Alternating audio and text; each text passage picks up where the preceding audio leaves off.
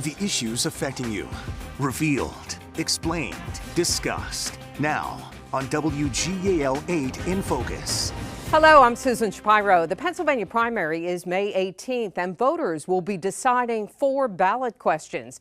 And it doesn't matter what your party affiliation is, you can vote on the questions. We're taking a look at those questions and how they could impact the way state government does business. Tonight, we put the primary ballot questions in focus.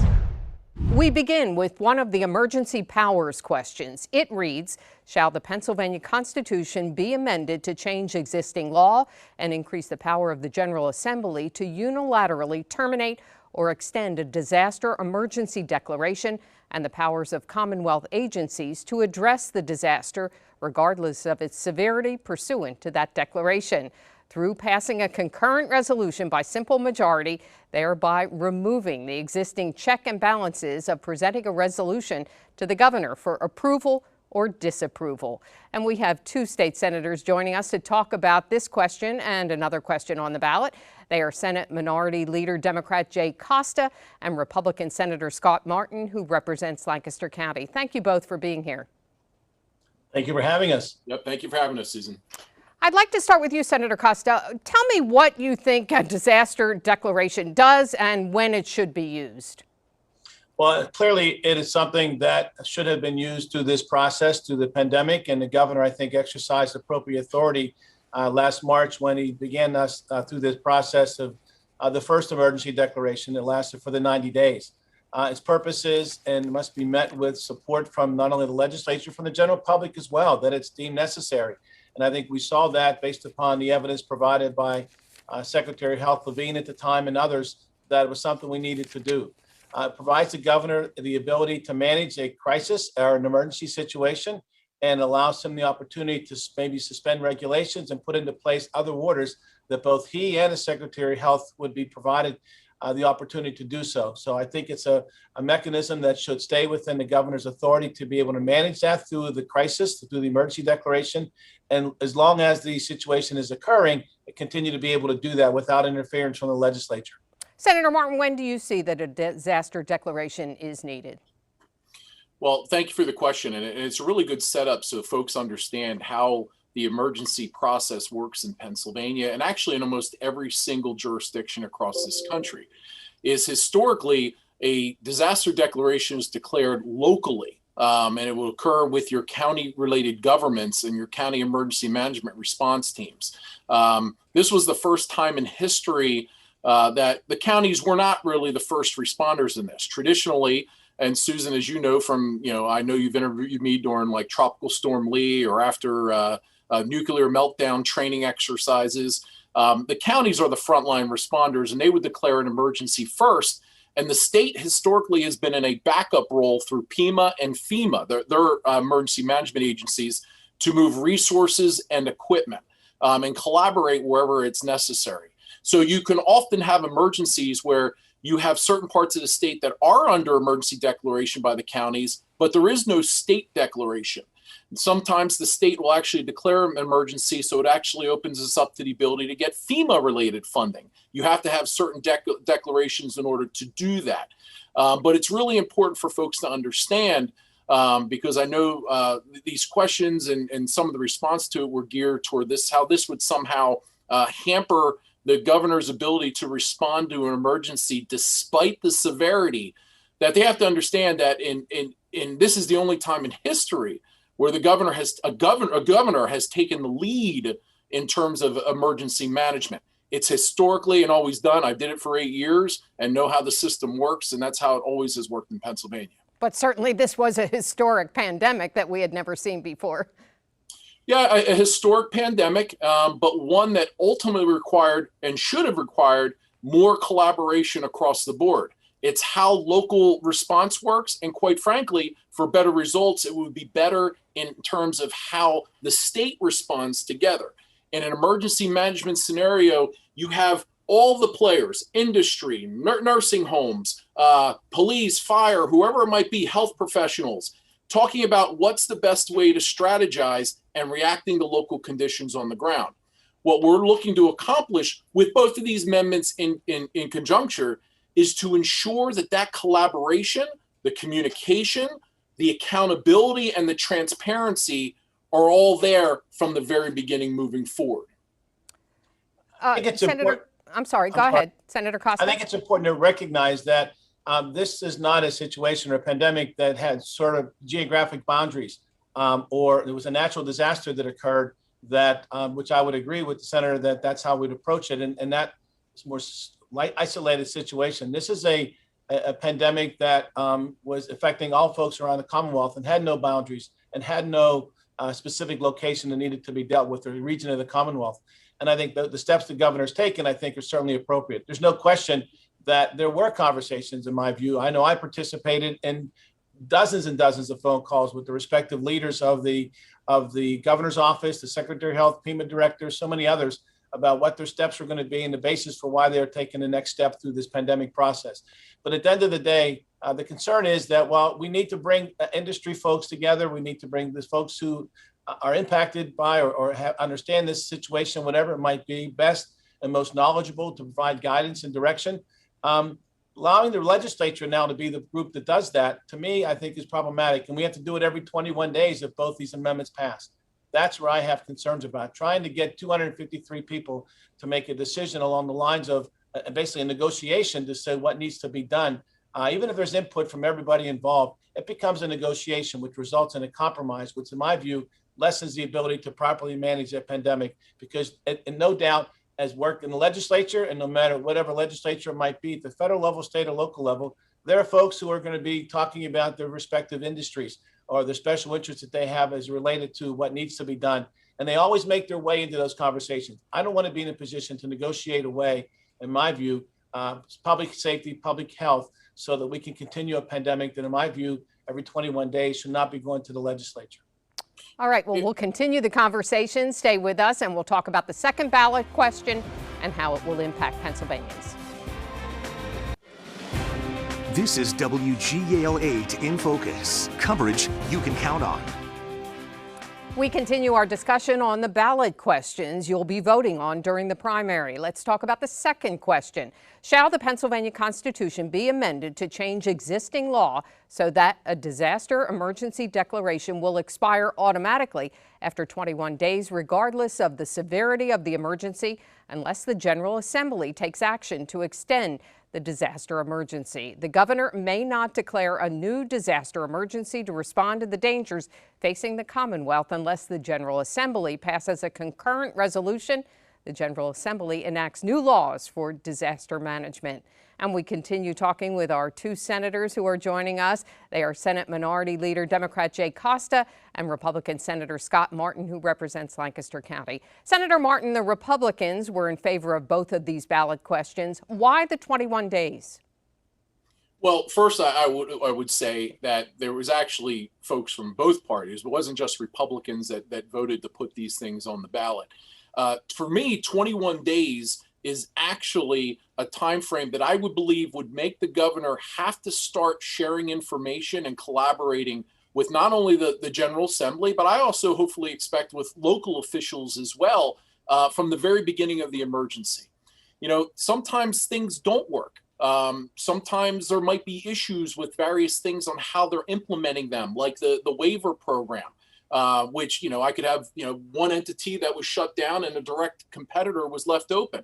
But more importantly for me, from an area that comes from a highly rich long-term care facilities here that could not get the assistance they needed, were having issues with the guidance in terms of the types of patients they were asked to take. There has to be a mechanism to hold folks accountable. In addition to that, if decisions are being made and said they're being made based on certain scientific data, based on contact tracing, there should be an accountability aspect for them to be able to provide that, to share that information. It should never be, whether it's a local emergency or one that the governor is working on, that it's just trust us. And I think that was a lot of the frustration, not only with some of the elected officials who were bringing issues and not getting responses, but also with the media, with the general public, whether it was through right to know requests, asking for data to justify certain actions to be taken, or even to change course on a strategy. Like, you cannot implement a statewide nursing home strategy. You should have worked with the locals in order to do that. So that 21 days is in essence guaranteeing that communication, collaboration, and transparency has to happen, and they got to get the cooperation of the people's elected representatives. So that's the intent. Senator Costa, do you see that as an arbitrary number, the 21 days? It is an arbitrary number. I think that, 21 days and for the legislature to have to come back every 21 days and negotiate with the governor to extend it, to me, just seems to be problematic. Listen, I don't disagree that the waiver program and some other things that were done could have been handled better and differently. But we always have to remember that this was basically a 100-year or so occurrence. It hasn't happened in 100 years, not only in Pennsylvania, but across the country and throughout the world.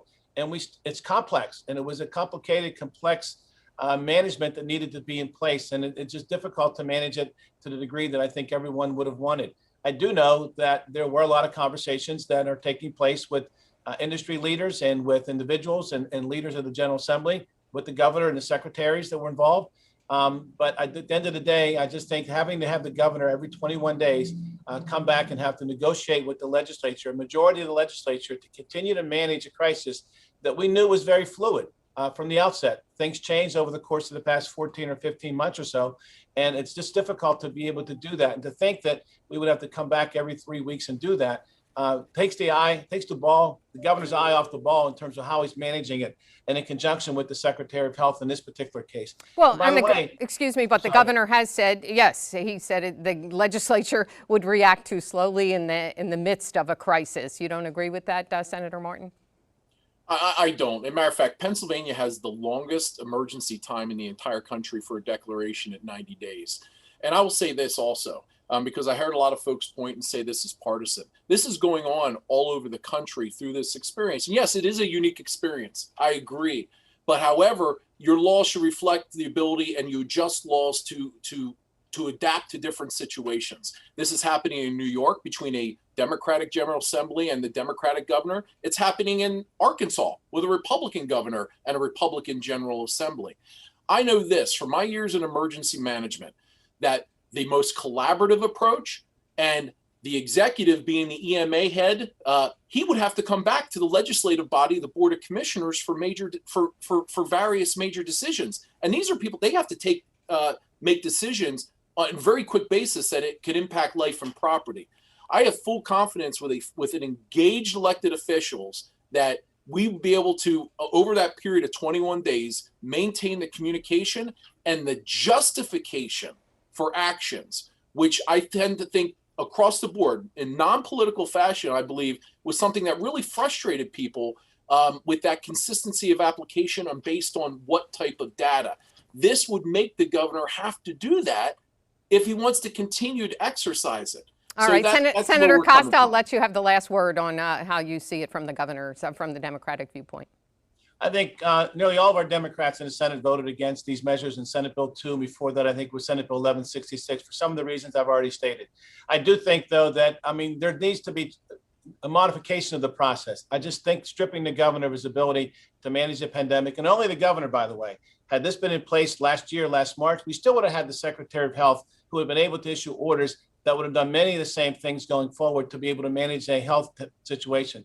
So I think at the end of the day, 21 days is certainly too short. 90 days may be too long. And I recognize that other states are taking a look at this, and we should be as well. I just don't think going to the point, or doesn't rise to the level of stripping the governor of his authority to be able to manage this crisis, a crisis that goes forward, particularly one is what we know now, should we have to deal with it going forward.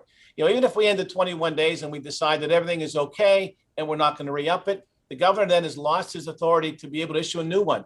Now, if we have a spike, we have an increase, the governor has no authority to issue a second citation or declaration.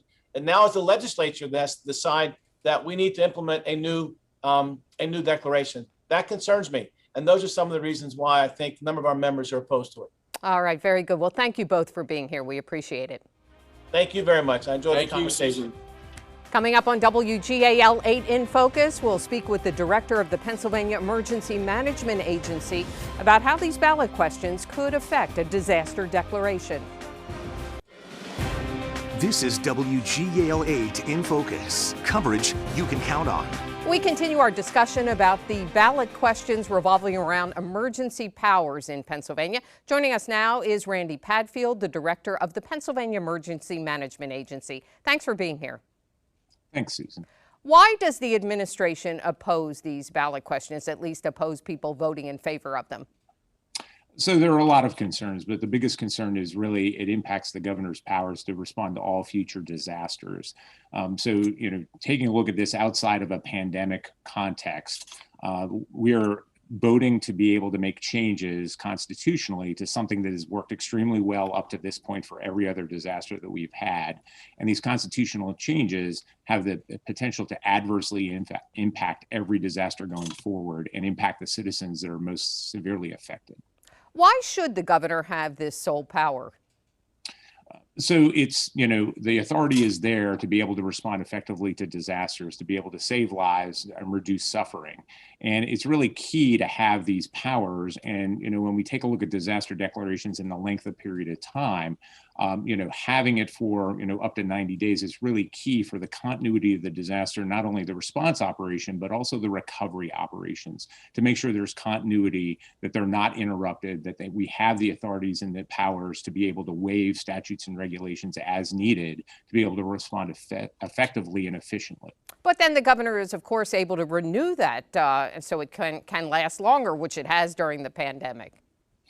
Correct. And there's the ability to be able to do that, but there's also a balance of legislative power. And currently there exists a method for the balance of power with being able to present a joint resolution to the governor for his approval or disapproval. If it's not approved, it can go back to the General Assembly and be overridden with 2/3 vote. So there is that balance currently. You're in emergency management. Do you think this whole issue became too political?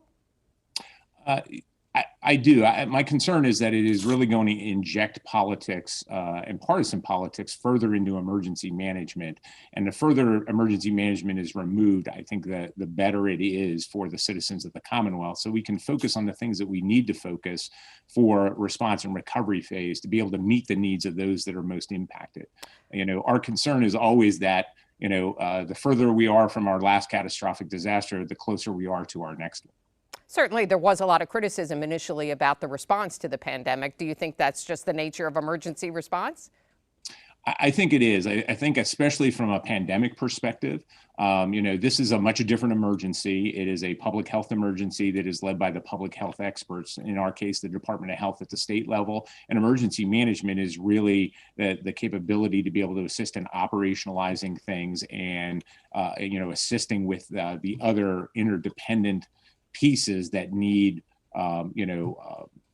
addressed or attention, such as feeding support, such as mortuary support, all the other things that we need to do. And I think, taking a look at making changes to something that has worked well for a number of years in light of, the context of a pandemic is very short-sighted and potentially reckless. All right. Well, thank you, Director Padfield. Coming up on WGAL 8 in Focus, we'll look at the other two ballot questions, including one that firefighters hope you'll take a look at. This is WGAL 8 in Focus, coverage you can count on. There are two other questions on the ballot. One is a constitutional amendment. It reads, shall the Pennsylvania Constitution be amended by adding a new section providing that equality of rights under the law shall not be denied or abridged because of an individual's race or ethnicity?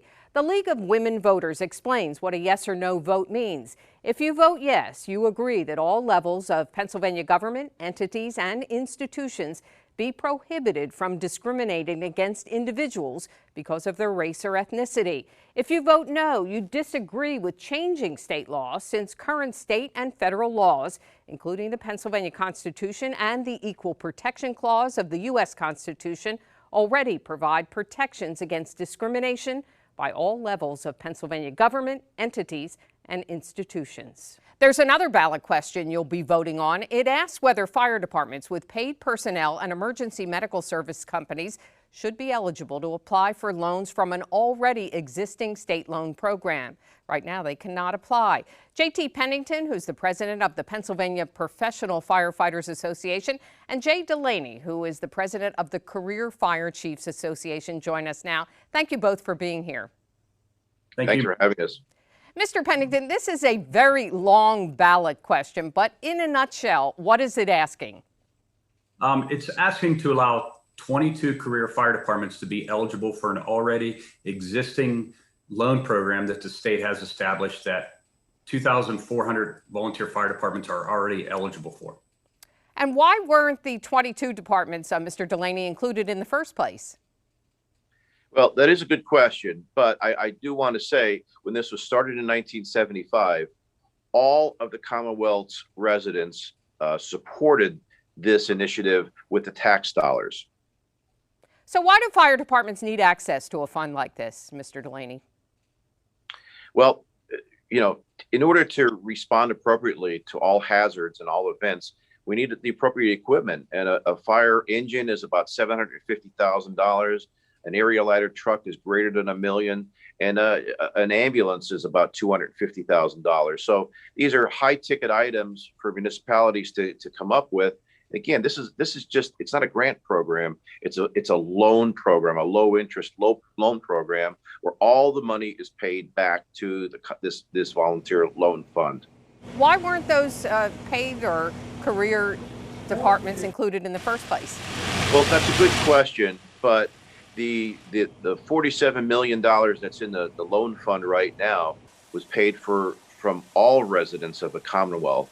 And it's fairly discriminatory to exclude 22 fire departments. So we're just asking for some fairness and for all fire departments across the Commonwealth to be able to utilize the low interest loan fund. I might add that it's just a low interest loan money, and it's paid back to the Commonwealth. Actually, we are working with both the career side in the Commonwealth and volunteer fire service organizations such as the Pennsylvania Firemen's Association and the Pennsylvania Fire and Emergency Services Institute, which represents volunteer firefighters from across the Commonwealth. And certainly this ballot question hasn't gotten the attention, I don't think, that the other three have. No, it has not. The first three questions, if you look at them, could be, they are very political and very controversial, whether what your personal views are. Our question is non-political and is being overshadowed by them other questions. Ours is just simply asking for fairness and asking to allow 22 departments to be eligible for this loan program. It won't hurt any of the other departments who are currently eligible. And so we're just asking for fairness. All right. Well, thank you both for joining us.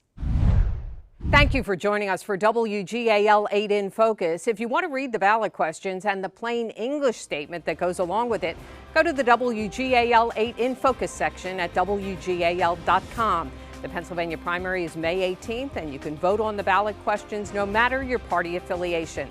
For all of us at WGAL, I'm Susan Shapiro.